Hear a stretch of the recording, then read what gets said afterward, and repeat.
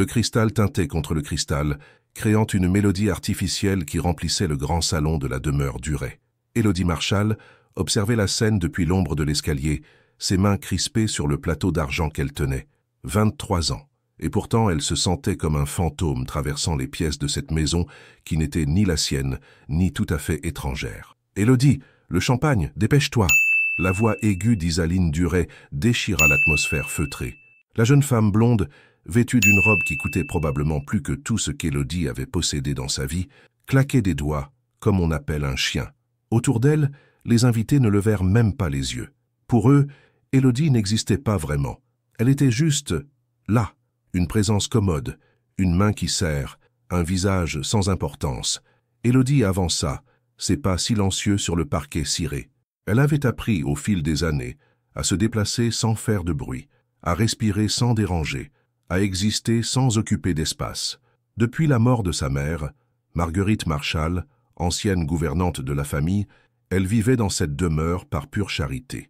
Du moins, c'était ce que Madame Duret ne cessait de lui rappeler. « Tu devrais être reconnaissante, Élodie, » disait-elle souvent, le regard glacé. « Nous t'avons gardée alors que nous n'avions aucune obligation. N'oublie jamais ta place ici. » Sa place. Élodie ne savait plus très bien où se situait cette place. Ni domestique officiel, ni membre de la famille. Elle flottait dans un entre-deux douloureux. Elle portait les robes usées qu'Isaline ne voulait plus, mangeait les restes de la cuisine, dormait dans la petite chambre sous les combles qui avaient autrefois appartenu à sa mère. Elle versa le champagne dans les coupes tendues, invisibles parmi les rires et les conversations mondaines. Les invités parlèrent de voyages en Italie, d'acquisition d'œuvres précieuses, de soirées à l'opéra, un monde auquel elle n'appartenait pas, qu'elle ne faisait qu'effleurer du bout des doigts. « Cette fille, elle est toujours là à traîner », murmura une femme en robe émeraude à son voisin. « Les Duret sont trop bons. À sa place, j'aurais... » Élodie ne saisit pas la fin de la phrase. Elle ne voulait pas l'entendre. Elle avait développé cette capacité étrange de filtrer les mots qui blessaient, de les laisser glisser sur elle comme l'eau sur une vitre. Mais parfois, la nuit, dans le silence de sa chambre, ces mots revenaient la hanter. Elle retourna vers la cuisine, le plateau vide entre les mains. Madame Beaumont, la cuisinière, lui jeta un regard compatissant en pétrissant sa pâte. « Ne les écoute pas, ma petite. Tu vaux mieux que tous ces gens réunis. » Élodie sourit faiblement. Madame Beaumont était l'une des rares personnes dans cette maison à la traiter comme un être humain. Mais même sa gentillesse ne pouvait effacer la réalité. Élodie n'avait ni avenir, ni échappatoire. Elle était prisonnière d'une dette qu'elle n'avait jamais contractée. Le soir tomba lentement sur Paris. Les invités se préparaient pour le grand événement de la soirée, le gala de charité au Palais Garnier. Monsieur Duret, homme d'affaires prospère au sourire calculé, avait insisté pour qu'Élodie les accompagne. « Il faut montrer que nous sommes une famille généreuse », avait-il déclaré à sa femme. « Cela fera bonne impression. » Élodie n'était pas dupe. Elle n'était qu'un accessoire, une preuve vivante de leur prétendue bonté.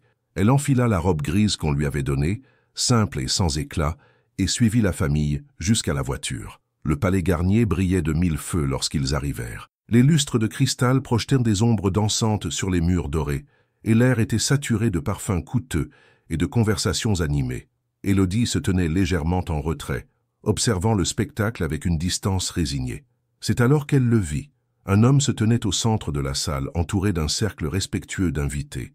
Grand, les épaules larges, le visage taillé avec une précision presque austère. Ses cheveux noirs étaient coiffés en arrière, révélant des traits d'une beauté froide. Mais ce n'était pas son apparence qui captait l'attention, c'était son regard, des yeux sombres, intenses, qui semblaient voir à travers les apparences et les masques sociaux. Gabriel Vaussan.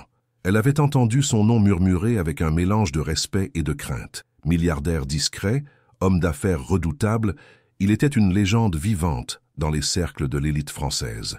Et soudain, inexplicablement, son regard se posa sur elle. Élodie sentit son cœur manquer un battement. Pourquoi la regardait-il ainsi? Comme s'il la reconnaissait, comme si elle n'était pas invisible. Pendant une fraction de seconde, le monde autour d'eux sembla s'effacer. Puis Gabriel commença à marcher, vers elle. Les conversations s'éteignirent progressivement. Les regards convergèrent.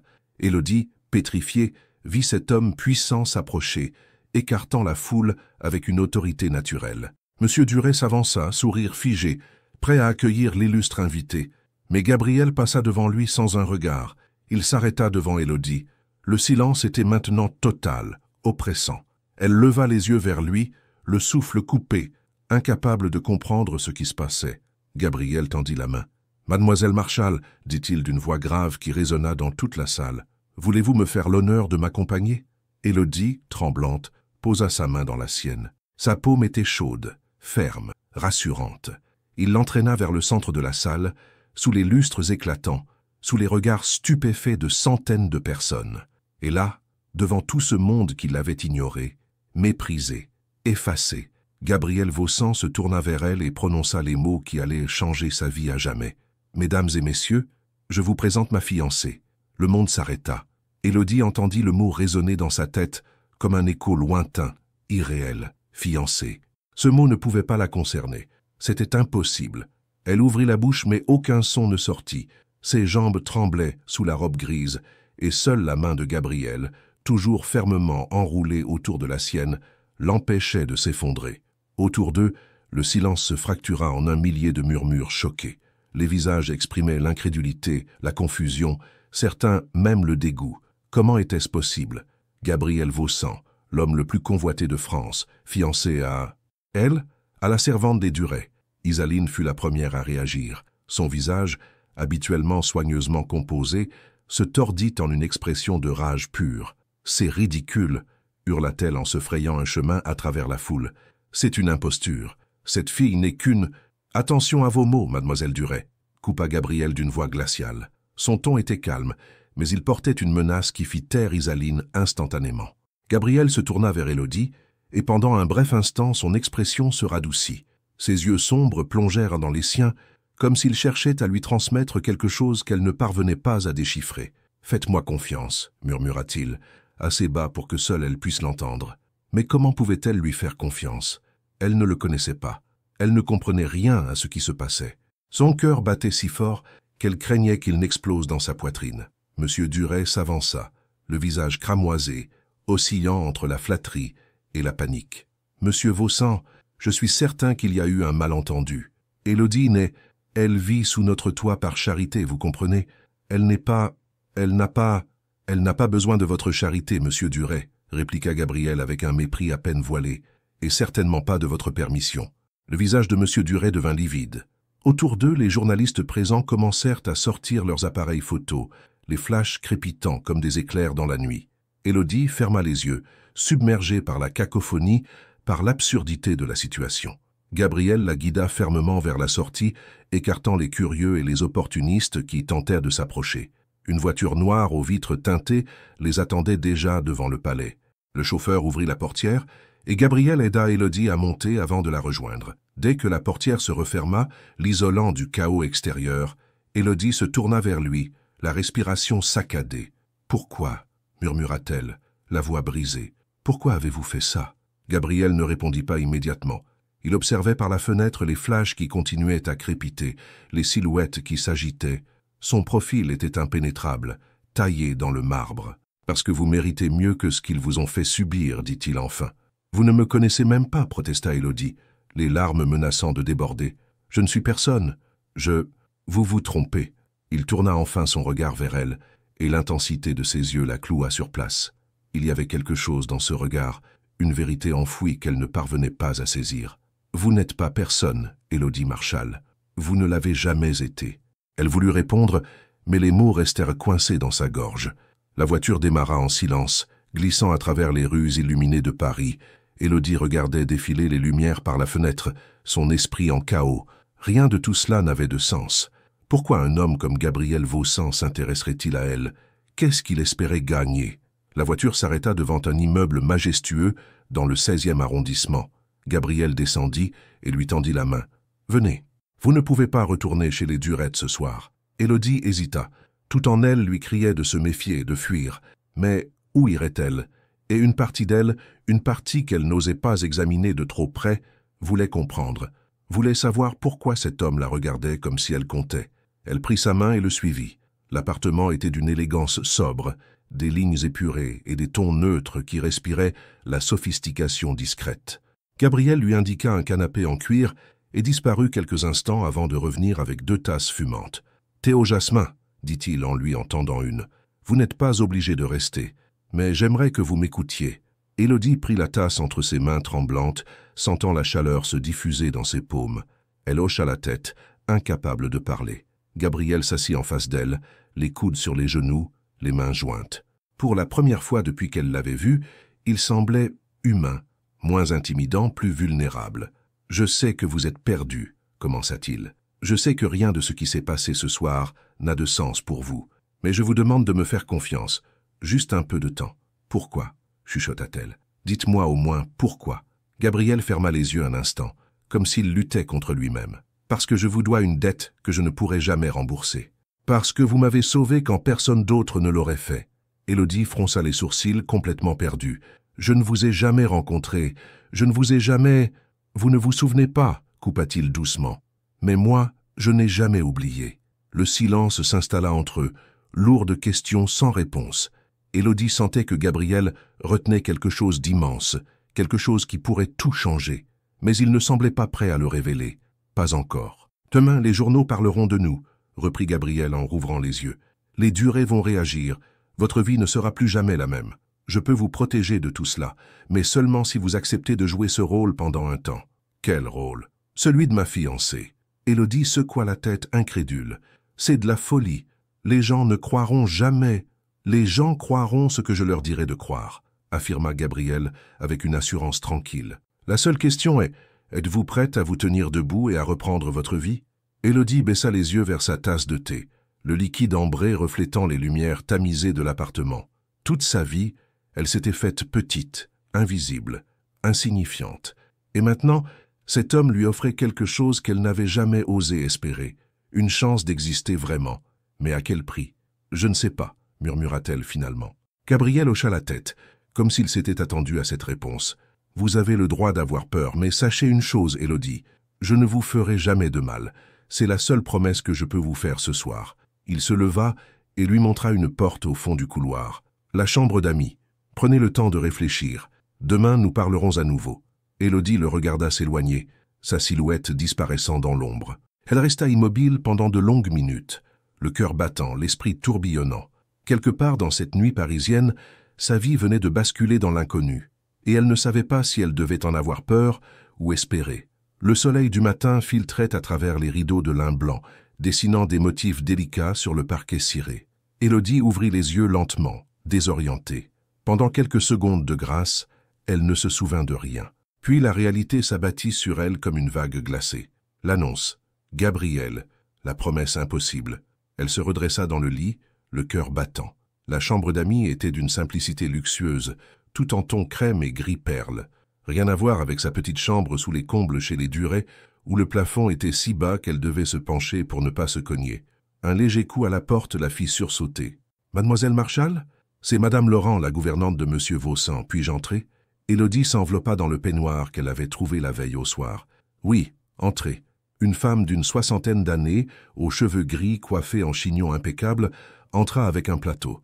Son visage était bienveillant, ses yeux pétillants d'une chaleur authentique. « Bonjour, ma chère. J'ai pensé que vous auriez besoin d'un bon petit déjeuner. Monsieur Vaussan doit s'absenter pour une réunion urgente, mais il m'a demandé de prendre soin de vous. » Elle déposa le plateau sur la table près de la fenêtre. Des croissants dorés, des fruits frais, du jus d'orange pressé. Simple, mais préparé avec attention. « Je ne veux déranger personne, » murmura Élodie. « Je peux partir si... »« Partir » s'exclama Madame Laurent avec un petit rire. « Ma petite, vous êtes chez vous ici. Monsieur Vaussan a été très clair sur ce point. » Élodie ne savait pas comment répondre. Chez elle, elle n'avait jamais eu de vraie maison. Même la demeure Duret n'avait jamais été autre chose qu'une prison dorée. « Madame Laurent, » commença-t-elle prudemment, « vous travaillez pour Monsieur Vaussan depuis longtemps ?»« 15 ans, » répondit la gouvernante avec fierté. « Je l'ai vu devenir l'homme qu'il est aujourd'hui. Et je peux vous dire une chose, il ne fait jamais rien sans raison. » Les mots restèrent suspendus dans l'air, lourds de sens. Élodie voulait poser 1000 questions, mais elle ne savait pas par où commencer. Madame Laurent sembla comprendre son trouble. « Prenez votre temps, ma chère. Les réponses viendront quand vous serez prête à les entendre. » Après le départ de la gouvernante, Élodie mangea lentement, observant Paris s'animer à travers la fenêtre. Les rues fourmillaient de vie, indifférentes au chaos intérieur qu'elle ressentait. Elle pensa aux Duret, à leur réaction ce matin en découvrant les journaux. Une partie d'elle jubilait à cette idée, mais une autre se sentait terrifiée. Son téléphone portable, qu'elle avait récupéré dans son petit sac à main la veille, vibra soudain. 17 appels manqués, 23 messages, tous de la famille Duret et de numéros inconnus. Elle ouvrit l'un des messages d'Isaline. « Tu crois vraiment qu'il t'aime? Tu n'es qu'un jouet pour lui, une distraction. Quand il en aura fini avec toi, tu te retrouveras à la rue. Tu n'es rien. » Les mots la transpercèrent comme des lames. Élodie ferma les yeux, respirant profondément. Isaline avait peut-être raison. Peut-être que tout cela n'était qu'une illusion cruelle. Mais même si c'était le cas, même si Gabriel finissait par la rejeter, au moins elle aurait goûté à quelque chose de différent, à la possibilité d'être vue. La porte d'entrée s'ouvrit en fin d'après-midi. Gabriel entra, défaisant sa cravate avec un geste las. Il s'arrêta en la voyant assise dans le salon, toujours en peignoir, un livre ouvert sur ses genoux qu'elle n'avait pas vraiment lu. « Vous êtes resté, dit-il, et il y avait quelque chose comme du soulagement dans sa voix. « Je n'avais nulle part où aller, répondit-elle avec franchise. Gabriel s'approcha et s'assit dans le fauteuil en face d'elle. Il avait l'air épuisé, les traits tirés, mais son regard restait intense. « Les journaux sont déchaînés, annonça-t-il. Ils nous appellent le couple le plus improbable de l'année. Certains pensent que c'est un coup de publicité, d'autres que je suis devenu fou. Et qu'est-ce que c'est vraiment ?» demanda Élodie, la voix tremblante. Gabriel se pencha en avant, les coudes sur les genoux. « C'est une seconde chance, pour vous, pour moi, pour réparer quelque chose qui aurait dû être fait il y a longtemps. Vous parlez toujours par énigme, » murmura Élodie, avec une pointe de frustration. « Si vous voulez que je vous fasse confiance, vous devez m'expliquer. »« Pas encore, » dit Gabriel doucement, « parce que quand je vous le dirai, tout changera, et je veux que vous ayez le choix de partir si vous le souhaitez, sans vous sentir obligé de rester par pitié ou par gratitude. » Élodie sentit les larmes lui monter aux yeux. « Je ne comprends pas. Pourquoi tant de mystère? Pourquoi moi ?» Gabriel tendit la main, et avec une hésitation inhabituelle chez un homme aussi sûr de lui, effleura doucement sa joue. Le geste était d'une tendresse inattendue, presque révérencieux. « Parce que vous êtes la seule personne dans ce monde qui m'ait donné quelque chose sans rien attendre en retour, et je n'ai jamais oublié. » Avant qu'Élodie ne puisse répondre, le téléphone de Gabriel sonna. Il jura à voix basse, en regardant l'écran. « Je dois prendre cet appel. Nous en reparlerons ce soir. » Il se leva et disparut dans son bureau, laissant Élodie seule avec ses pensées tourbillonnantes. Elle porta sa main à sa joue, là où ses doigts s'étaient posés. La chaleur de son toucher persistait, troublante. La soirée arriva plus vite qu'elle ne l'aurait voulu. Madame Laurent lui apporta une robe simple mais élégante, d'un bleu nuit qui faisait ressortir ses yeux. « Un monsieur Vaussan aimerait dîner avec vous », annonça-t-elle avec un sourire complice. Élodie se changea, les mains tremblantes. Quand elle sortit de la chambre, Gabriel l'attendait dans le salon. Il avait troqué son costume contre une chemise blanche et un pantalon sombre. Plus décontracté, mais toujours aussi impressionnant. « Vous êtes magnifique », dit-il simplement. Personne ne lui avait jamais dit ça. Élodie sentit ses joues s'enflammer. Le dîner était dressé sur la terrasse, sous un ciel étoilé. Paris scintillait autour d'eux, une mer de lumière qui semblait irréelle. Ils mangèrent dans un silence d'abord tendu, puis de plus en plus confortable. « Parlez-moi de vous, » demanda Gabriel soudain. « De votre mère, de votre vie avant les Duret. » Élodie hésita. Personne ne lui avait jamais posé cette question. « Ma mère était tout pour moi, » commença-t-elle doucement. Elle était forte, tellement forte. Même quand nous n'avions rien, elle trouvait toujours le moyen de me faire sourire. Elle me disait que la gentillesse était la seule richesse qui comptait vraiment. Sa voix se brisa légèrement. Quand elle est tombée malade, les Duret ont accepté de payer ses soins en échange de ma servitude, je suppose. Après sa mort, je n'avais nulle part où aller. Alors, je suis resté. Gabriel l'écoutait avec une attention totale, ses yeux ne quittant jamais son visage. « Votre mère avait raison, » dit-il finalement. « La gentillesse est la plus grande des richesses, et vous en avez hérité. » Élodie secoua la tête. « Je ne suis pas gentille, je suis juste résignée. »« Non, » insista Gabriel avec une conviction qui la surprit. « Vous êtes bien plus que ça.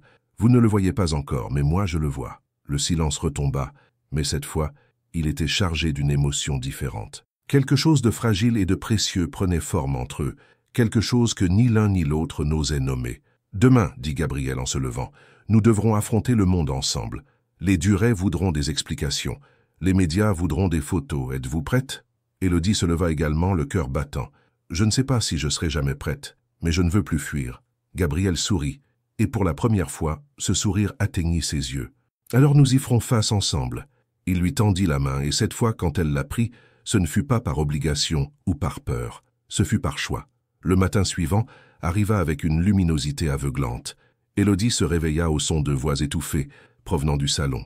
Elle enfila rapidement un chemisier blanc et un pantalon que Madame Laurent avait déposé pour elle la veille, puis s'approcha prudemment de la porte entr'ouverte. Gabriel était au téléphone, debout devant les baies vitrées, sa silhouette découpée contre la lumière matinale. « Je me fiche de ce qu'il pense, Olivier.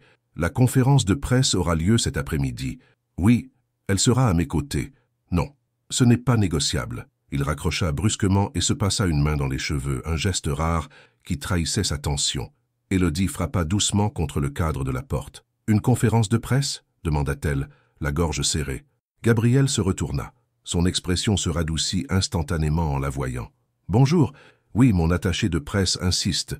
Les rumeurs deviennent incontrôlables. Si nous ne prenons pas les devants, les médias inventeront leur propre version de notre histoire. » Élodie entra dans le salon, ses jambes soudain moins stables. « Je ne sais pas si je peux faire ça.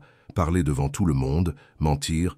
Nous ne mentirons pas. » la coupa Gabriel avec douceur. « Nous dirons simplement que nous nous sommes rencontrés, que nous avons développé des sentiments et que le reste ne regarde que nous. »« Mais ce n'est pas vrai, » protesta Élodie. « Nous nous connaissons à peine depuis 2 jours. » Gabriel s'approcha d'elle, ses yeux sombres plongeant dans les siens avec une intensité troublante. « 2 jours pour vous. Mais moi, Élodie, je vous connais depuis bien plus longtemps que vous ne l'imaginez. » Ces mots mystérieux résonnèrent dans le silence. Élodie sentit son cœur s'emballer. Chaque fois qu'il parlait ainsi, elle avait l'impression de se tenir au bord d'un précipice, sur le point de découvrir quelque chose d'immense. « Alors dites-le-moi, supplia-t-elle. Expliquez-moi pourquoi vous faites tout ça. » Gabriel tendit la main, hésita, puis finalement caressa doucement une mèche de ses cheveux bruns. « Bientôt, je vous le promets. Mais pour l'instant, j'ai besoin que vous me fassiez confiance. Juste pour aujourd'hui. » Élodie ferma les yeux. Submergée par la proximité de cet homme qui était encore un étranger, et pourtant semblait la connaître mieux qu'elle-même. « D'accord, » murmura-t-elle. « Juste pour aujourd'hui. » 3 heures plus tard, une styliste arriva à l'appartement avec une montagne de vêtements. Élodie se retrouva face à des robes, des tailleurs, des chaussures qu'elle n'aurait jamais osé toucher auparavant. « Choisissez ce dans quoi vous vous sentez bien, » dit Gabriel depuis le canapé où il travaillait sur son ordinateur portable. « Pas ce que vous pensez que les autres attendent de vous. » Élodie examina les options, intimidée par tant de luxe. Finalement, son regard se posa sur un ensemble simple mais élégant. Un tailleur pantalon ivoire avec un chemisier de soie. Sobre, mais assuré. Quand elle sortit de la chambre habillée, Gabriel leva les yeux de son écran. Son regard s'attarda sur elle avec une expression qu'elle ne put déchiffrer. « Parfait », dit-il simplement, mais le mot résonna comme un compliment bien plus profond. Le trajet vers l'hôtel où se tenait la conférence de presse fut silencieux. Gabriel tenait sa main dans la voiture. Un geste qui aurait dû paraître calculé mais qui, étrangement, la réconfortait. Elle sentait la chaleur de sa paume contre la sienne, solide, rassurante. « S'il pose des questions trop personnelles, vous n'êtes pas obligé de répondre, lui rappela-t-il. Je gérerai tout. Et si je veux répondre ?» Gabriel la regarda, surpris. « Alors je serai là, juste à côté de vous. » La salle de conférence grouillait de journalistes. Les flashs crépitèrent dès qu'ils entrèrent, main dans la main. Élodie sentit son estomac se nouer, mais elle garda la tête haute. Gabriel l'installa délicatement sur une chaise, avant de prendre place à ses côtés. « Mesdames et messieurs, » commença Gabriel d'une voix calme mais autoritaire, « merci d'être venus. Je sais que notre annonce a suscité beaucoup de questions. Je suis ici aujourd'hui pour clarifier les choses. » Un journaliste leva immédiatement la main. « Monsieur Vaucent, comment avez-vous rencontré Mademoiselle Marchal? Les rumeurs disent qu'elle était employée de maison chez les Duret. » Gabriel se raidit légèrement, mais sa voix resta posée. Élodie vivait effectivement chez les Duret après la mort de sa mère, mais elle n'était pas leur employée. Elle était maltraitée, exploitée, et quand j'en ai pris conscience, je savais que je devais agir. Un murmure parcourut l'assemblée. Une journaliste se leva. « Vous dites que vous la sauviez. Certains y voient un comportement paternaliste, voire calculateur. » Élodie sentit la colère monter en elle. Avant que Gabriel ne puisse répondre, elle prit le microphone. « Je ne suis pas un projet de sauvetage, » dit-elle d'une voix qui tremblait légèrement mais restait claire, « et je ne suis certainement pas une victime passive. Gabriel m'a offert un choix, quelque chose que personne ne m'avait jamais donné auparavant. Le choix de reprendre ma vie en main. » Le silence se fit dans la salle. Les journalistes la fixaient, certains avec scepticisme, d'autres avec une curiosité nouvelle. Gabrielle tourna son regard vers elle, et dans ses yeux elle vit quelque chose qui ressemblait à de la fierté. « Mademoiselle Marchal, demanda un autre journaliste, êtes-vous réellement amoureuse de Monsieur Vaussan, ou est-ce un arrangement ?» La question flotta dans l'air, brutale et directe. Élodie sentit le poids de tous les regards sur elle. Elle aurait pu mentir, dire ce que tout le monde attendait d'entendre. Mais quelque chose en elle refusait de jouer ce jeu. « Je ne sais pas encore, » répondit-elle avec une honnêteté désarmante. « Nous nous connaissons depuis peu, mais ce que je sais, c'est que Gabrielle me voit, vraiment, et personne ne m'avait vu depuis très longtemps. » Gabrielle prit sa main sous la table, la serrant doucement. Le geste était invisible aux caméras, mais terriblement réel pour elle. La conférence continua pendant 1 heure encore, mais Élodie ne se souvint que des moments où leurs regards se croisaient, des instants où le monde autour d'eux semblait disparaître. Quand ils quittèrent enfin l'hôtel, la foule de photographes était encore plus dense. Gabrielle l'entoura de son bras, la protégeant des flashs aveuglants. Ils montèrent dans la voiture, et dès que les portières se refermèrent, Élodie laissa échapper un long soupir. « Vous avez été incroyable, » dit Gabrielle, et sa voix portait une émotion qu'elle n'y avait jamais entendue. « J'ai eu peur de tout gâcher, » admit-elle. « Vous avez été vous-même. C'est tout ce que je voulais. » Élodie le regarda, cet homme mystérieux qui avait bouleversé sa vie en quelques jours. Elle voulait comprendre. Elle voulait savoir pourquoi il la regardait comme si elle était précieuse, pourquoi il parlait de la connaître depuis si longtemps. « Gabrielle, murmura-t-elle, un jour vous me direz la vérité ?» Il tourna son visage vers elle et dans la lumière tamisée de la voiture, elle vit quelque chose se briser dans ses yeux, une muraille s'effriter. « Oui, promit-il, bientôt je vous dirai tout, et j'espère que vous pourrez me pardonner de vous avoir caché la vérité si longtemps. » Élodie ne comprenait pas ce qu'il y avait à pardonner, mais elle hocha la tête, sentant que quelque chose d'important venait de se passer entre eux. Quelque chose qui ressemblait dangereusement au début d'un amour véritable. Les jours suivants passèrent dans un tourbillon étrange. Élodie se réveillait chaque matin dans l'appartement de Gabrielle, encore incrédule face à ce nouveau quotidien. Les journaux continuaient de parler d'eux, mais le ton avait changé. Certains articles la décrivaient maintenant comme une jeune femme courageuse ayant échappé à l'exploitation, d'autres restaient sceptiques. Ce matin-là, Élodie se tenait devant la fenêtre du salon, observant Paris s'éveiller. Gabrielle était déjà partie pour une réunion matinale, laissant un mot sur la table de la cuisine. De retour à midi. « Restez, s'il vous plaît. J'ai. » Ces quelques mots la touchèrent plus qu'il n'aurait dû. Il ne lui ordonnait pas de rester. Il le demandait. Son téléphone vibra. Un message d'un numéro inconnu. Elle hésita avant de l'ouvrir. « Élodie, c'est Madame Duret. Nous devons parler. Viens à la maison cet après-midi. Seule. » Son sang se glaça. Retourner là-bas était la dernière chose qu'elle désirait. Mais une partie d'elle voulait affronter cette famille, leur montrer qu'elle n'était plus la fille terrifiée qu'ils avaient manipulée pendant des années. Quand Gabrielle rentra à midi, elle était assise sur le canapé, le téléphone serré entre ses mains. « Que se passe-t-il » demanda-t-il immédiatement, son regard perçant détectant son trouble. « Les Duret veulent me voir. »« Cet après-midi. » Le visage de Gabrielle se ferma. « Non, c'est hors de question. Je dois y aller, insista Élodie en se levant. Je ne peux pas fuir toute ma vie. Je dois leur faire face. Ils vont essayer de vous blesser, de vous manipuler. Alors, laissez-moi être assez forte pour résister. » Gabrielle la fixa longuement, une bataille silencieuse se déroulant derrière ses yeux sombres. Finalement, il hocha la tête. « D'accord, mais je vous accompagne. Madame Duret a demandé que je vienne seule. Et je me fiche de ce qu'elle demande, » répliqua Gabrielle avec une fermeté qui ne laissait place à aucune discussion. 2 heures plus tard, il se tenait devant la demeure imposante de la famille Duret. Élodie sentit son estomac se nouer en reconnaissant chaque détail de cette façade qu'elle avait vue quotidiennement pendant des années. Gabrielle prit sa main. « Je suis là, » murmura-t-il. « Vous n'êtes plus seule. » La porte s'ouvrit sur Madame Duret elle-même, vêtue d'un tailleur gris impeccable. Son visage se crispa en voyant Gabrielle. « Je pensais avoir été clair. J'ai demandé à Élodie de venir seule. Et moi, je ne laisse pas ma fiancée affronter seule des gens qui l'ont maltraitée pendant des années. » répondit Gabrielle d'un ton glacial. Madame Duret pinça les lèvres mais s'écarta pour les laisser entrer. Le salon n'avait pas changé. Les mêmes meubles luxueux, les mêmes tableaux au mur. Mais Élodie n'était plus la même personne qui nettoyait ses planchers. Monsieur Duret était assis dans son fauteuil habituel, Isaline à ses côtés. Cette dernière fusilla Élodie du regard. « Alors, tu es revenue » cracha-t-elle. « Pour nous narguer » Isaline. « Silence » ordonna son père avant de se tourner vers Élodie. Nous voulons savoir ce que tu veux. De l'argent? Un silence médiatique? Nous sommes prêts à négocier. Élodie sentit la colère monter en elle, brûlante et purificatrice. Vous croyez vraiment que tout s'achète? Que je suis venu réclamer quelque chose? Tout le monde veut quelque chose, répliqua Madame Duret avec mépris. Ne joue pas les innocentes avec nous. Gabrielle fit un pas en avant, mais Élodie posa une main sur son bras.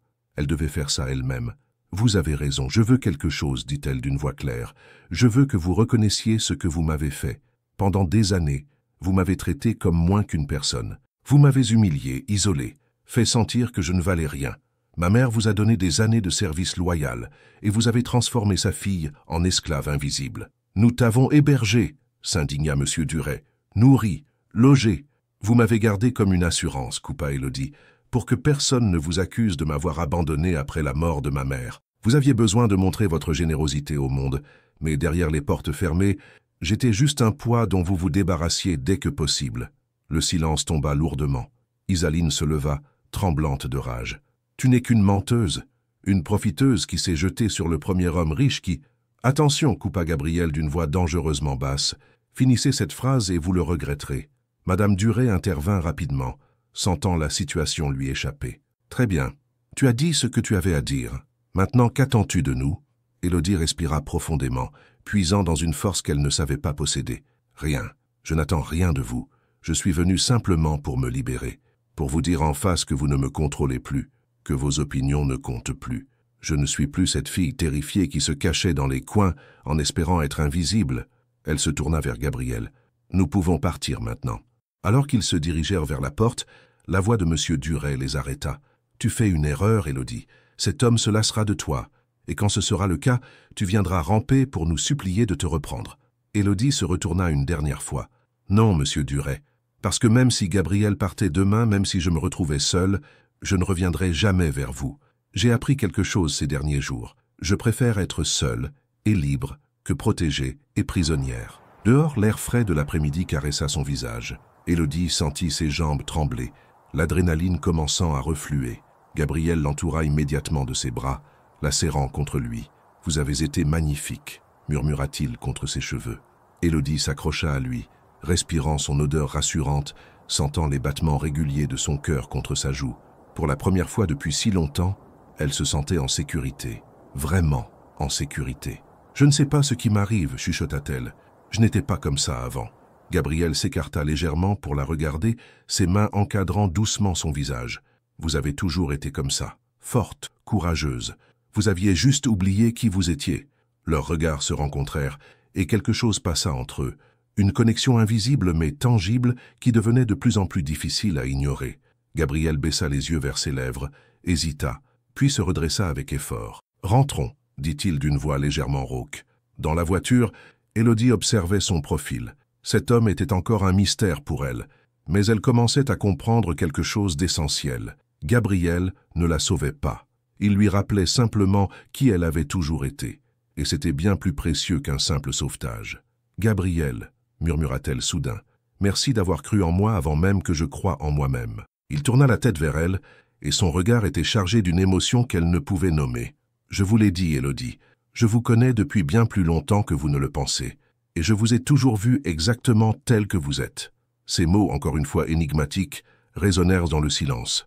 Élodie sentit qu'elle était sur le point de comprendre que la vérité était là, juste hors de portée, mais elle était prête à attendre. Parce que pour la première fois de sa vie, elle avait le temps, elle avait un avenir. La semaine suivante apporta un changement subtil mais profond dans leur routine. Gabrielle commença à rentrer plus tôt du bureau, trouvant des excuses pour passer plus de temps à l'appartement.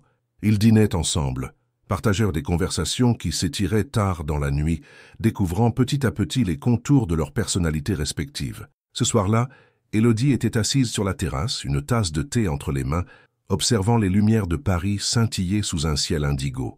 Gabrielle la rejoignit, tenant 2 verres de vin. « Je pensais que vous préféreriez peut-être ceci », dit-il en remplaçant délicatement sa tasse par un verre. Élodie sourit, acceptant l'échange. Ils restèrent silencieux un moment, côte à côte, séparés par quelques centimètres, qui semblaient à la fois immenses et inexistants. « Parlez-moi de votre enfance, demanda-t-elle soudain, avant de devenir tout ceci. » Gabrielle but une gorgée de vin, son regard perdu dans les lumières lointaines. Je n'ai pas eu d'enfance au sens traditionnel, commença-t-il lentement. Mon père est mort quand j'avais 8 ans. Ma mère s'est remariée rapidement avec un homme qui ne voulait pas d'un enfant d'un autre. J'étais encombrant. Élodie sentit son cœur se serrer. Elle reconnaissait cette douleur, ce sentiment d'être de trop dans sa propre vie. Que s'est-il passé? À 12 ans, j'ai fugué. Je ne supportais plus les coups, les humiliations. J'ai vécu dans les rues pendant plusieurs semaines, me cachant, volant de la nourriture quand je le pouvais. Il se tourna vers elle, et dans ses yeux, elle vit une vulnérabilité qu'il gardait soigneusement cachée du reste du monde. C'est pendant cette période que j'ai compris quelque chose d'essentiel. La gentillesse est rare, précieuse, et quand quelqu'un vous en offre sans rien attendre en retour, cela change tout. Élodie sentit quelque chose remuer dans sa mémoire, une image floue qu'elle ne parvenait pas à saisir. Quelqu'un vous a aidé? Gabriel hocha la tête, un sourire triste sur les lèvres. Une petite fille. Elle ne devait pas avoir plus de 7 ans. Je m'étais effondré près d'une église, affamé, tremblant de fièvre. Elle est sortie avec du pain enveloppé dans un tissu et une couverture. Elle ne m'a pas posé de questions, ne m'a pas jugé. Elle m'a juste dit « Tu as l'air d'avoir froid ». Le cœur d'Élodie battait maintenant à tout rompre. 7 ans. Une église. Quelque chose dans ces mots résonnait en elle comme un écho lointain. Que s'est-il passé ensuite? Elle est revenue pendant 3 nuits, m'apportant de la nourriture, une couverture propre. La 4e nuit, sa mère l'accompagnait. Une femme bonne qui m'a emmené dans un foyer pour enfants.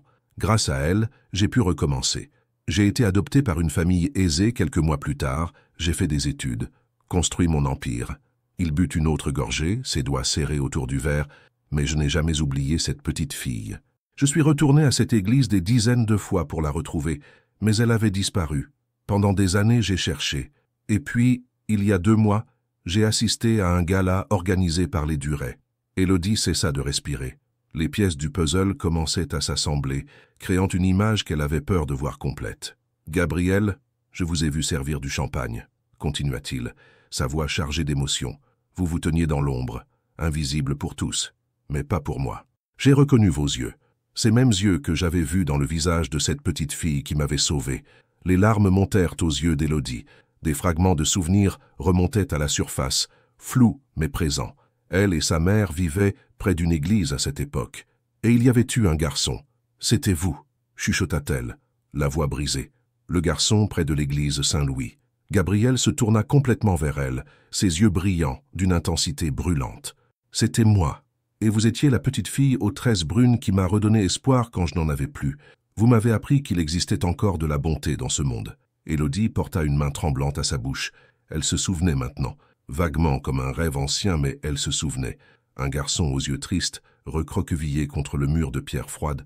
Sa mère lui avait dit de ne jamais ignorer quelqu'un qui souffrait. Je ne savais pas. Je ne me souvenais pas. Comment l'auriez-vous pu? Vous étiez si jeune. Et tant d'années ont passé. Gabriel posa son verre et prit doucement ses mains dans les siennes.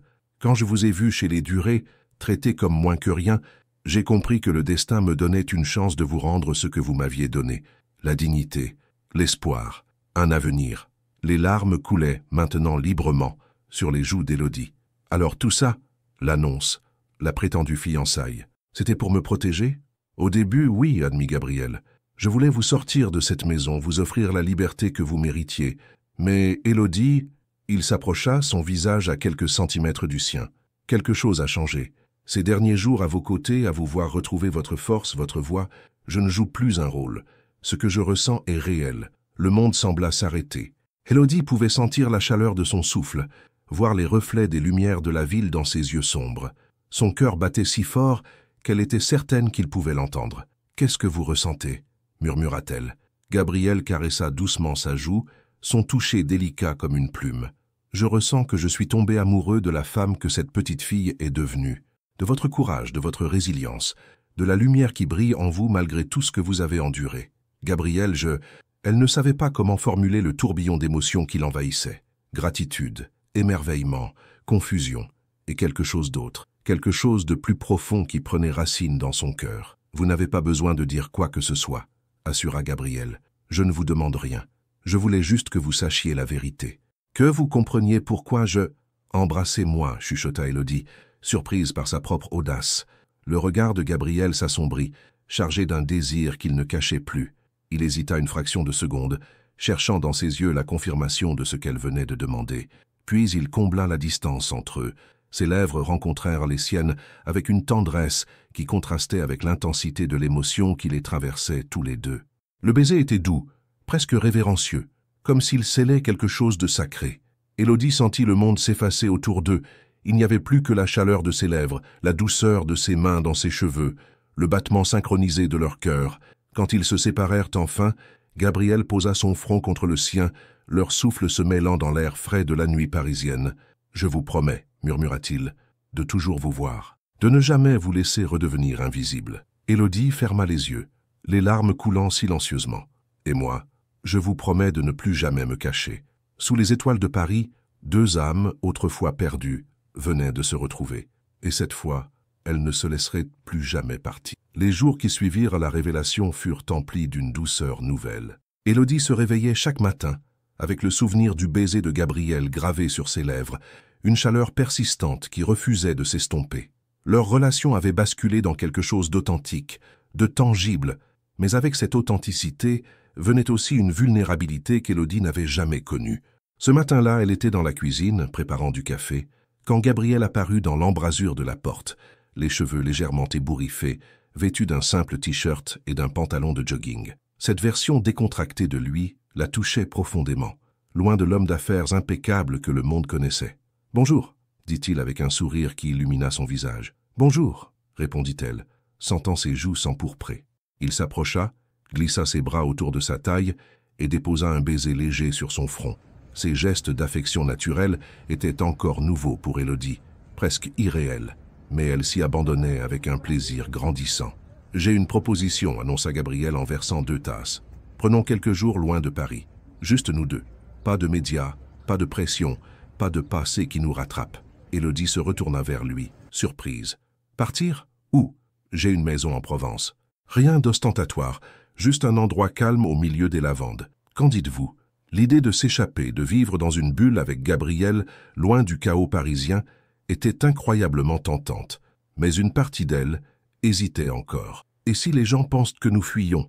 Gabriel posa sa tasse et prit son visage entre ses mains. « Nous ne fuyons rien, Élodie. Nous choisissons de prendre du temps pour nous. C'est différent. » Elle hocha la tête, se laissant convaincre par la sincérité de son regard. « D'accord, allons en Provence. » Le trajet en voiture dura plusieurs heures, traversant des paysages qui se transformaient progressivement en collines dorées et champs de lavande ondulants. Gabriel conduisait d'une main, l'autre tenant celle d'Élodie, un geste si naturel qu'il semblait avoir toujours existé entre eux. La maison était exactement comme il l'avait décrite, modeste comparée à son appartement parisien, mais d'une beauté rustique touchante. Des murs en pierre ancienne, des volets bleus délavés par le soleil, un jardin sauvage où les herbes aromatiques poussaient librement. « C'est magnifique », murmura Élodie en sortant de la voiture, respirant profondément l'air parfumé. « Ma mère a vécu ici autrefois, avant son remariage », expliqua Gabriel en sortant leur sac. « C'est l'un des rares bons souvenirs que j'ai d'elle. Quand j'ai réussi, j'ai racheté cette maison. Je viens ici quand j'ai besoin de retrouver la paix. » Élodie comprit l'importance de ce lieu pour lui, et le fait qu'il choisisse de le partager avec elle la bouleversa. Les premiers jours furent d'une simplicité presque déconcertante. Ils se levaient tard, préparaient ensemble des repas simples, se promenaient dans les champs environnants. Élodie découvrait un Gabriel différent ici, plus léger, plus libre. Il riait davantage, parlait de ses rêves avec une ouverture qu'elle ne lui avait jamais vue à Paris.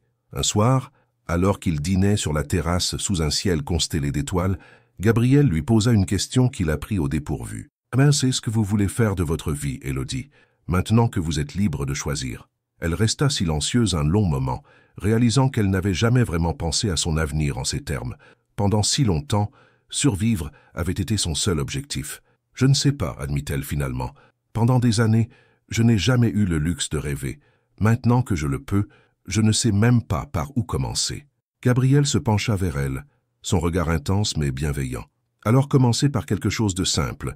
Si vous pouviez faire n'importe quoi demain, sans contrainte, que feriez-vous » Élodie ferma les yeux, se permettant pour la première fois de vraiment imaginer. Une image émergea lentement. « J'aimerais aider les autres, les gens comme moi, ceux qui sont invisibles, piégés dans des situations dont ils ne peuvent pas s'échapper. Je voudrais leur montrer qu'ils ont de la valeur, qu'ils méritent mieux. » Quand elle rouvrit les yeux, Gabriel la regardait avec une expression qui ressemblait à de l'admiration. « Alors faisons-le, dit-il simplement. « Comment ? Créons une fondation, en votre nom, pour aider les jeunes femmes dans des situations précaires, leur offrir formation, soutien, opportunités. Vous pourriez en être la présidente. » Élodie secoua la tête, effrayée par l'ampleur de cette proposition. « Je ne sais rien sur comment gérer une fondation. Je n'ai même pas terminé mes études.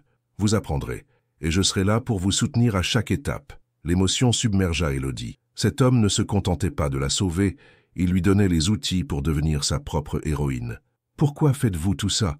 chuchota-t-elle, les larmes aux yeux. Gabriel quitta sa chaise et s'agenouilla devant elle, prenant ses mains dans les siennes. « Parce que vous m'avez sauvé quand j'étais perdu. Parce que vous méritez d'avoir le monde à vos pieds. Et parce que je suis amoureux de vous, Élodie Marchal. Complètement, irrémédiablement amoureux. » Le cœur d'Élodie s'arrêta, puis repartit à un rythme fou. « Gabriel, vous n'avez pas besoin de dire quoi que ce soit, » assura-t-il rapidement. « Je sais que c'est rapide, je sais que vous avez besoin de temps pour... »« Je t'aime aussi, » l'interrompit-elle, passant soudain au tutoiement qui marquait une intimité nouvelle entre eux. Gabriel resta immobile, comme s'il craignait d'avoir mal entendu. « Je t'aime, » répéta Élodie avec plus d'assurance. « Je ne sais pas quand c'est arrivé exactement. Peut-être lors de ce premier regard au Palais Garnier, peut-être quand tu m'as défendu face au Duret, ou peut-être il y a des années, quand une petite fille a vu un garçon souffrir et a décidé que personne ne méritait d'être invisible. » Gabriel se leva et la souleva de sa chaise, la serrant contre lui avec une intensité qui coupait le souffle. Quand il l'embrassa, ce fut avec une passion contenue, une promesse silencieuse de tout ce qu'ils construiraient ensemble. Mais au milieu de ce bonheur parfait, un téléphone vibra. Gabriel l'ignora d'abord, puis vibra à nouveau et encore. Avec un soupir frustré, il vérifia l'écran. Son visage se transforma instantanément. « Qu'y a-t-il » demanda Élodie, inquiète. « C'est Olivier, mon assistant. Il dit que c'est urgent. » Gabriel prit l'appel et Élodie le vit se raidir progressivement.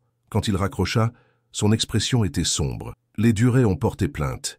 Ils m'accusent de manipulation et d'enlèvement. Ils prétendent t'avoir protégé et que je t'ai enlevé contre ton gré pour nuire à leur réputation. Le monde parfait qu'ils s'étaient construit en Provence se fissura d'un seul coup. C'est absurde, protesta Élodie. Je suis parti de mon plein gré. Je peux témoigner, expliquer. Ils savent que tu témoigneras en ma faveur. C'est justement ce qu'ils cherchent, te traîner dans un procès médiatisé, te briser publiquement. » Élodie sentit la colère remplacer la peur. « Alors laisse-les essayer. Je ne me cacherai plus, plus jamais. » Gabriel la regarda, et dans ses yeux, elle vit à la fois de la fierté et de l'inquiétude. « Tu es sûr ?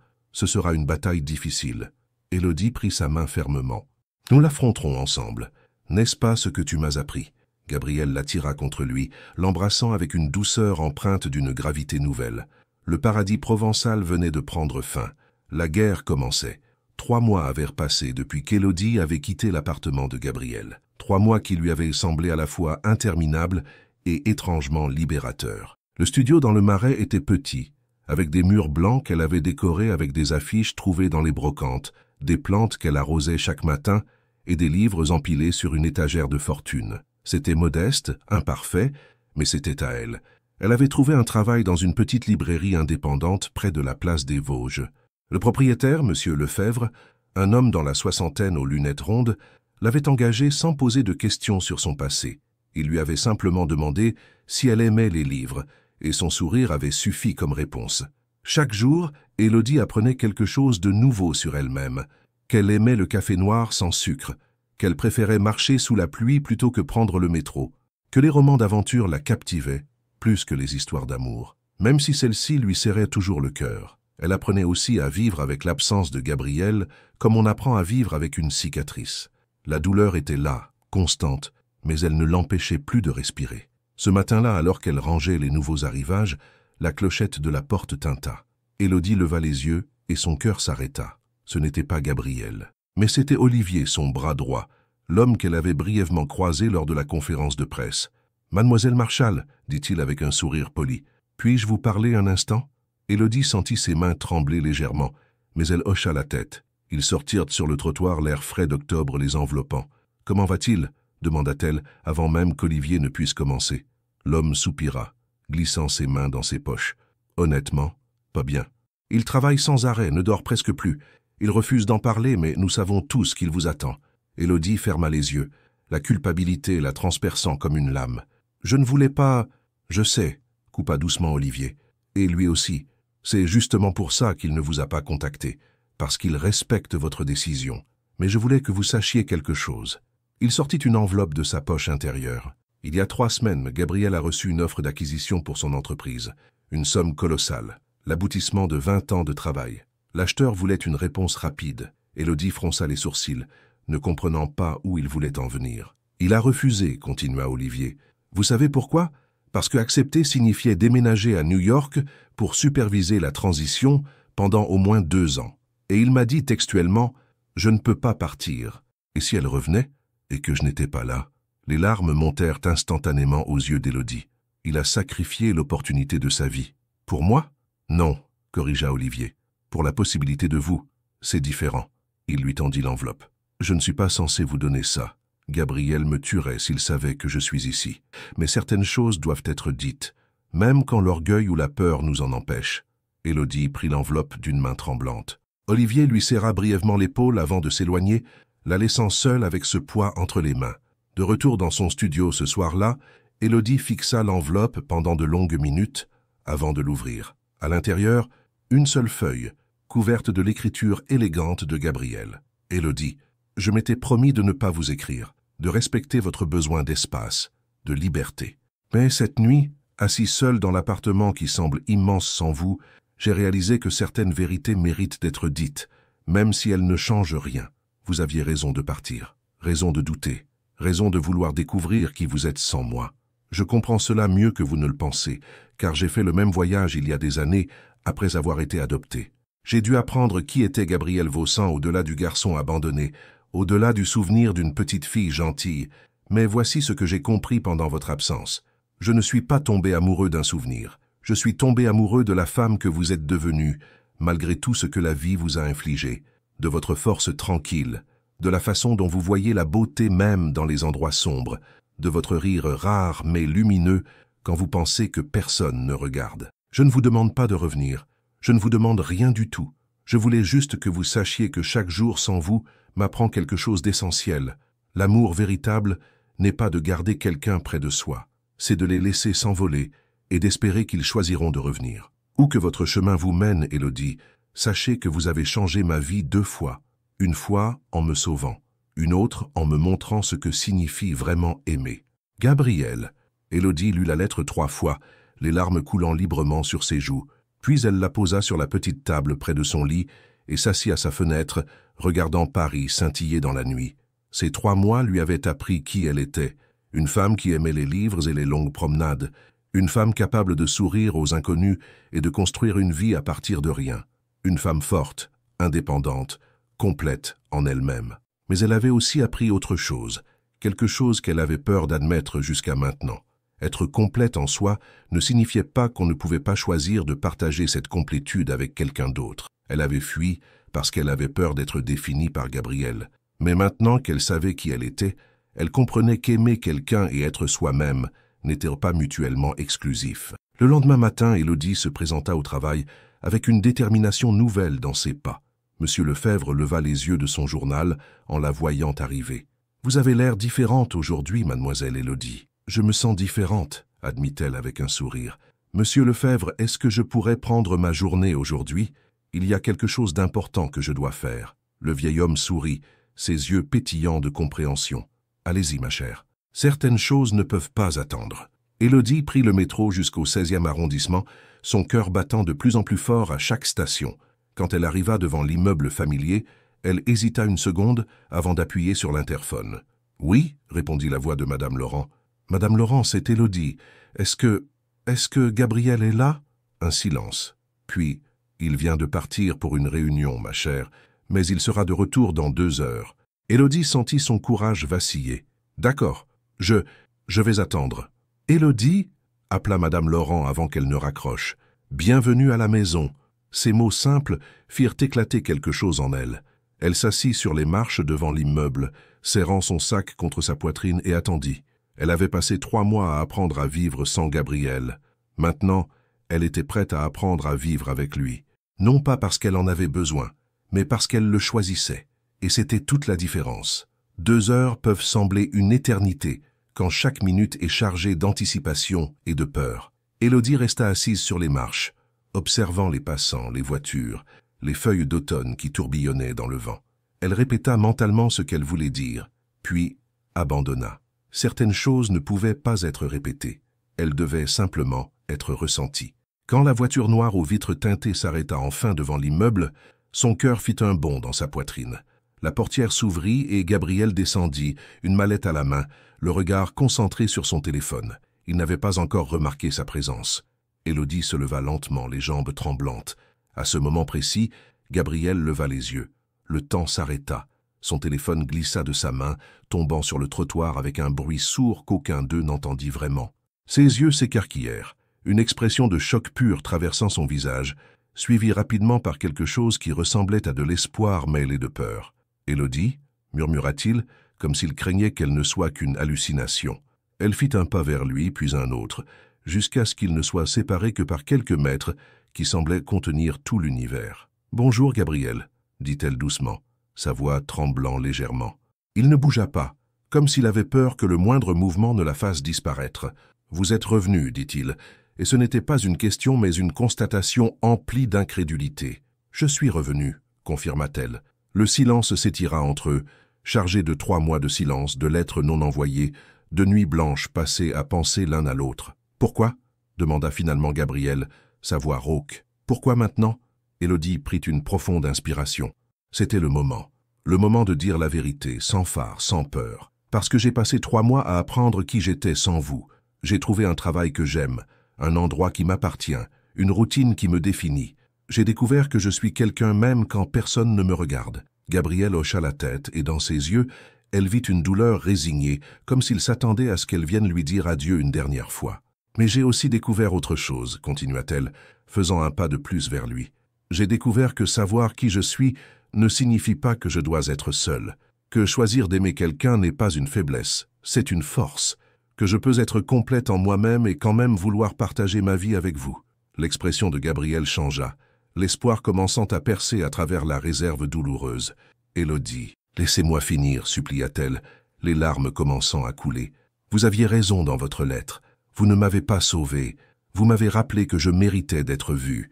Et maintenant que je me vois moi-même, maintenant que je sais qui je suis, je peux vous dire en toute honnêteté, je vous aime, Gabriel Vaussan, pas parce que vous m'avez sorti de chez les Duret, pas parce que je suis la petite fille qui vous a donné du pain il y a des années. Je vous aime parce que vous me voyez vraiment, et parce que quand je vous regarde, je vois l'homme le plus extraordinaire que j'ai jamais connu. » Les mots restèrent suspendus dans l'air d'automne.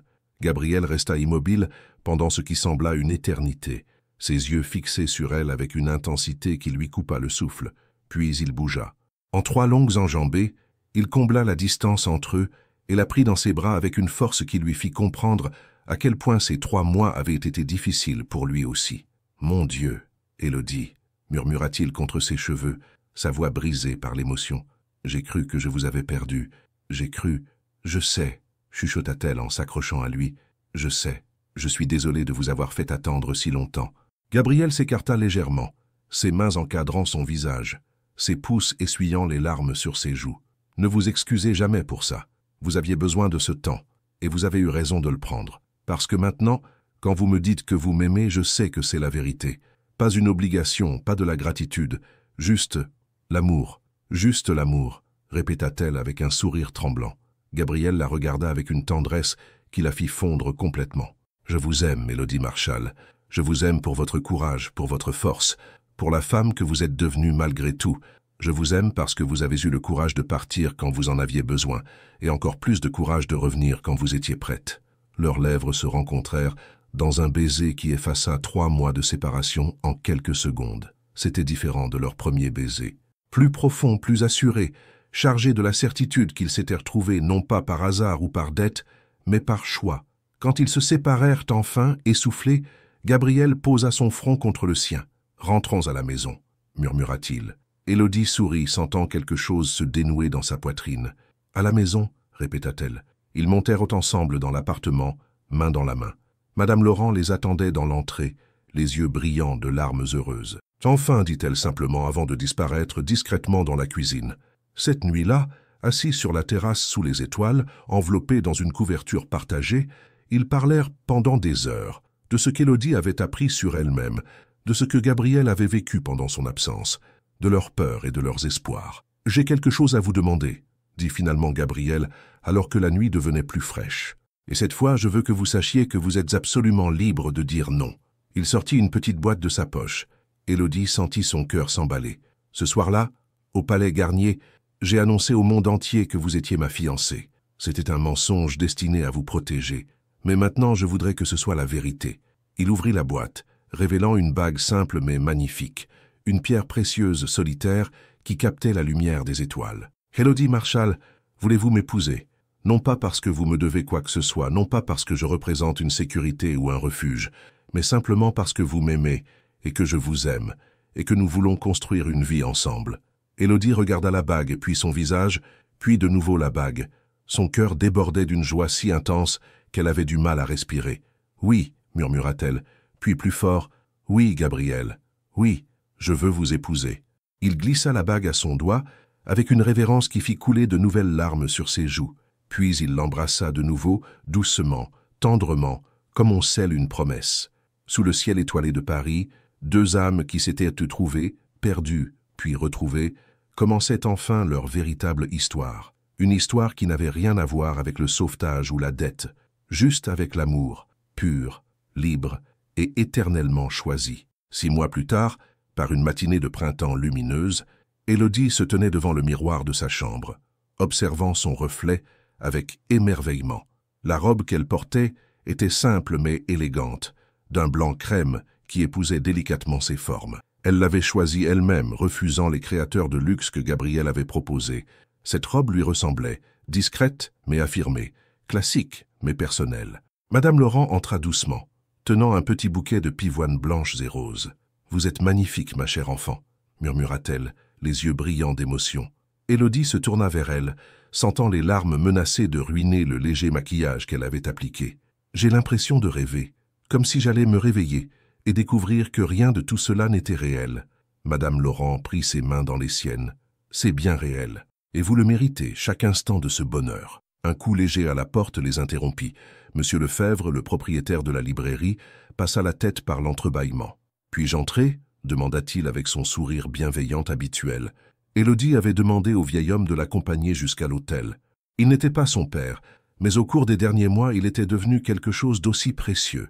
Un ami, un mentor, une présence constante qui ne demandait rien en retour. « Vous êtes prête ?» demanda-t-il en lui offrant son bras. « Plus que je ne l'ai jamais été », répondit-elle avec un sourire radieux.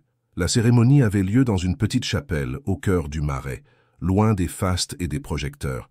Gabriel et Élodie avaient choisi l'intimité plutôt que le spectacle. Seules quelques personnes étaient présentes. Olivier et son épouse, Madame Laurent, quelques collègues de la librairie et une poignée d'amis proches. Pas de famille Duret, pas de journalistes, juste les gens qui comptaient vraiment. Quand les portes de la chapelle s'ouvrirent, Élodie sentit son cœur s'emballer. Gabriel se tenait au bout de l'allée, resplendissant dans un costume sombre, ses yeux fixés sur elle avec une intensité qui lui coupa le souffle. Dans son regard, elle vit tout, l'amour, la gratitude, l'émerveillement, la promesse d'un avenir partagé. Elle avança lentement, chaque pas la rapprochant de l'homme qui avait changé sa vie, non pas en la sauvant, mais en lui rappelant qu'elle méritait d'être aimée. Quand M. Lefebvre plaça sa main dans celle de Gabriel, ce dernier la serra doucement, comme s'il tenait quelque chose d'infiniment précieux. « Tu es absolument éblouissante », murmura-t-il. « Toi aussi ?» répondit-elle avec un sourire tremblant. La cérémonie fut simple et touchante. Pas de discours grandiloquent, juste des mots sincères prononcés par un officier d'état civil qui comprenait la gravité et la beauté du moment. Quand vint le temps des vœux, Gabriel prit une profonde inspiration. « Élodie », commença-t-il, sa voix empreinte d'émotion, « il y a des années, une petite fille m'a montré que la bonté existait encore dans ce monde. Et il y a quelques mois, une femme extraordinaire m'a appris ce que signifie vraiment aimer. Laisser l'autre libre tout en choisissant de rester. Je te promets de toujours te voir, vraiment te voir, de célébrer ta force, de respecter ton indépendance et de marcher à tes côtés, jamais devant, jamais derrière.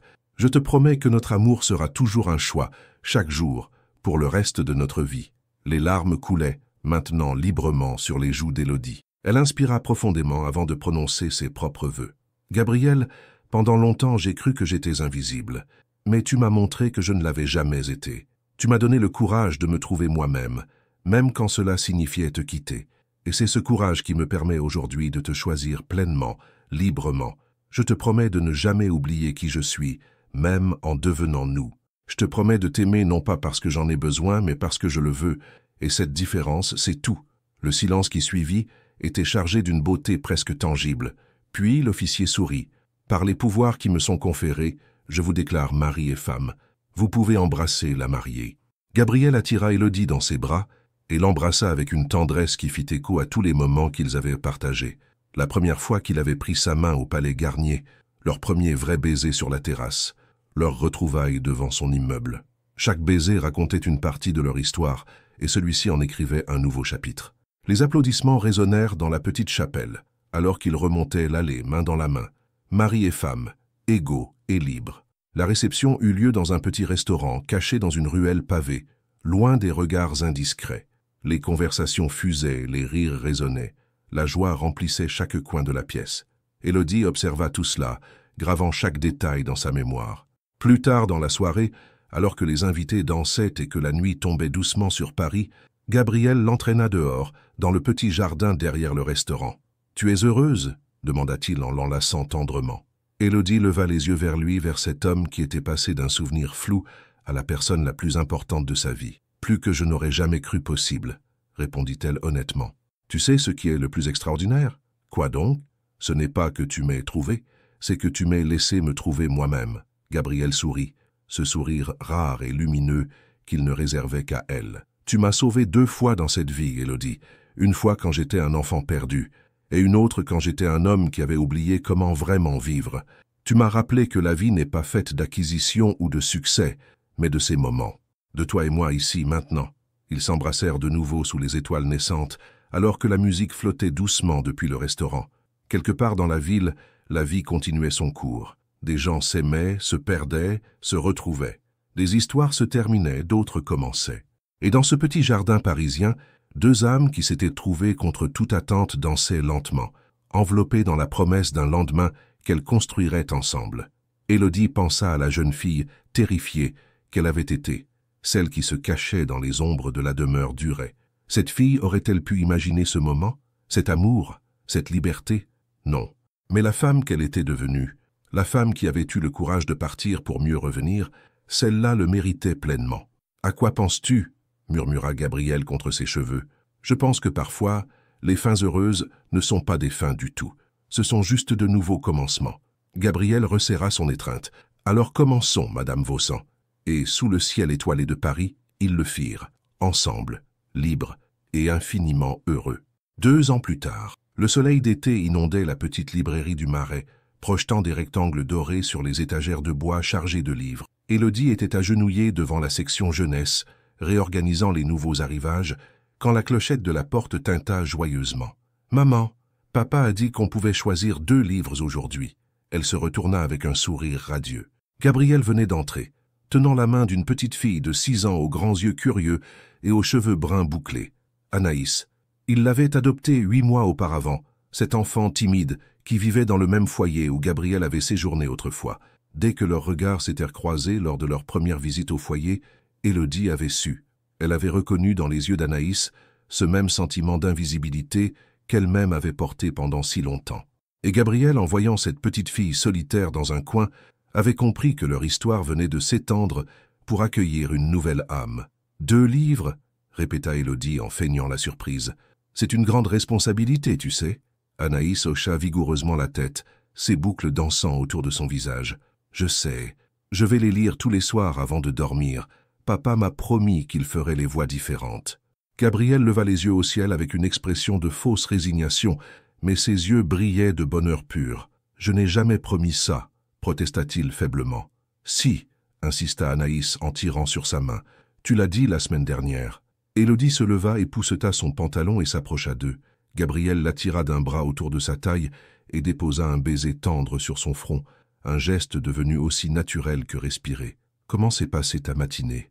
murmura-t-il. « Monsieur Lefebvre m'a proposé de devenir associé. annonça-t-elle avec un sourire qui illuminait tout son visage. La librairie serait à moitié à moi. Les yeux de Gabriel s'écarquillèrent, puis il la souleva légèrement du sol, dans une étreinte spontanée. « C'est extraordinaire, je suis tellement fier de toi. » Anaïs les observait avec l'expression sérieuse d'une enfant qui essaie de comprendre le monde des adultes. « Ça veut dire que tu vas être la patronne, maman ?» Élodie s'agenouilla pour être à la hauteur de la petite fille. « Oui, ma chérie, ça veut dire que j'aurai mon propre commerce, que je construirai quelque chose qui m'appartient. Comme papa avec son entreprise?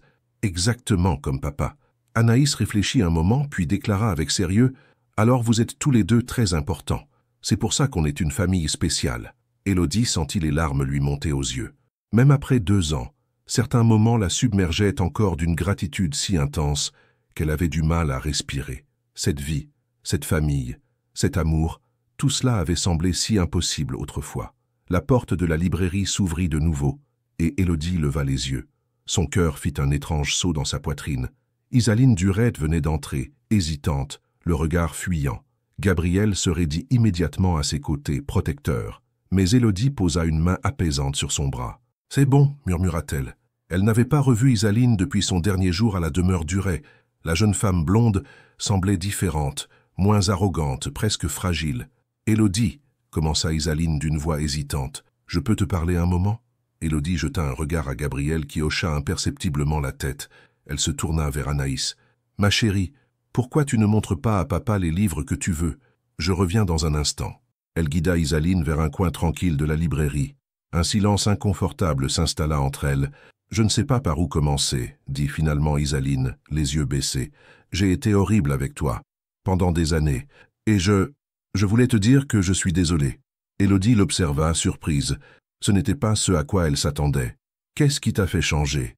demanda-t-elle doucement, sans hostilité. « Mon père a fait faillite il y a 6 mois, » expliqua Isaline, sa voix tremblante. « Nous avons tout perdu, la maison, l'argent, le statut, et j'ai découvert ce que c'était d'être invisible, de marcher dans une pièce et que personne ne te remarque, de demander de l'aide et d'être ignoré. » Elle leva enfin les yeux vers Élodie, et dans son regard, il y avait une humilité nouvelle. « J'ai compris ce que je t'avais fait subir, et je suis venue te demander pardon, même si je ne le mérite pas. » Élodie resta silencieuse un moment, laissant les mots résonner en elle. Il y a 2 ans, peut-être même 1 an auparavant, cette conversation aurait ravivé toute la douleur, toute la colère. Mais aujourd'hui, debout dans sa librairie, avec son mari et sa fille qui l'attendaient, elle se sentait différente. « Je te pardonne, Isaline, » dit-elle finalement. Isaline écarquilla les yeux, incrédule. « Vraiment? Vraiment? Pas parce que ce que tu as fait était acceptable, mais parce que garder cette rancune ne me sert plus. J'ai construit une vie magnifique, et je ne veux pas que ton ombre y trouve une place. » Isaline hocha la tête, les larmes coulant maintenant sur ses joues. « Merci, » murmura-t-elle. « Tu es plus forte que je ne l'ai jamais été. »« Non, » corrigea doucement Élodie. « Je suis juste quelqu'un qui a appris à se pardonner d'abord. Le reste a suivi naturellement. » Après le départ d'Isaline, Élodie rejoignit sa famille. Gabriel la regarda avec une question silencieuse dans les yeux. « Tout va bien ?» demanda-t-il. « Mieux que bien », répondit-elle en prenant Anaïs dans ses bras. « Parfait même. » Ce soir-là, après avoir couché Anaïs avec les 2 livres soigneusement choisis, posés sur sa table de nuit, Élodie et Gabriel se retrouvèrent sur leur terrasse familière, celle où tant de moments importants de leur histoire s'étaient déroulés. « Je pensais à quelque chose aujourd'hui, » dit Gabriel en l'attirant contre lui. « À quel point nos vies ont changé. En bien, j'espère, » taquina Élodie. « En extraordinairement bien. Tu te souviens de ce que tu m'as dit le soir de notre mariage, que les fins heureuses sont en réalité de nouveaux commencements? Je m'en souviens. J'y pense souvent, parce que chaque jour avec toi, chaque nouveau chapitre, me prouve que tu avais raison. Notre histoire ne s'est pas terminée quand nous nous sommes mariés. Elle continue de s'écrire, plus belle à chaque page. » Élodie leva les yeux vers lui, vers cet homme qu'il avait vu quand elle était invisible, qu'il avait laissé partir quand elle avait besoin de se trouver, qu'il avait accueilli quand elle était revenue. « Nous avons créé quelque chose de rare, » dit-elle doucement. « Un amour qui n'enferme pas, mais qui libère. Et maintenant, nous le transmettons, » ajouta Gabriel en regardant vers la chambre où dormait Anaïs. « Nous lui montrons qu'elle mérite d'être vue, d'être aimée, d'être libre. » Sous les étoiles de Paris, enveloppés dans la chaleur de leur amour et la certitude de leur avenir, ils restèrent enlacés. Quelque part dans la ville, d'autres histoires se déroulaient, d'autres âmes cherchèrent leur chemin. Mais ici, sur cette terrasse, 2 personnes qui s'étaient sauvées mutuellement sans le savoir, savourait la plus précieuse des victoires, celle d'avoir construit une vie où l'amour était un choix quotidien, où la liberté et l'engagement coexistaient, où deux enfants autrefois perdus avaient trouvé leur chemin l'un vers l'autre et maintenant guidaient une troisième âme vers la lumière. Et c'était, pensait Élodie, en fermant les yeux contre l'épaule de Gabriel, le plus beau des miracles. Non pas parce que tout était parfait, mais parce que c'était réel, choisi et infiniment précieux. Si vous étiez à la place d'Élodie, auriez-vous eu le courage de quitter Gabriel pour découvrir qui vous étiez vraiment? Ou la peur de la solitude vous aurait-elle fait rester, malgré tous les doutes? Votre participation sur la chaîne est très importante. S'il vous plaît, laissez votre opinion dans les commentaires. Merci d'avoir regardé. Vos réactions sont très importantes pour notre travail. Laissez-nous un commentaire pour nous dire ce que vous pensez et d'où vous regardez. N'oubliez pas de vous abonner à la chaîne et d'activer les notifications pour ne rien manquer. Votre participation est très importante pour la poursuite de notre travail, alors partagez-la avec ceux qui aimeront cette histoire.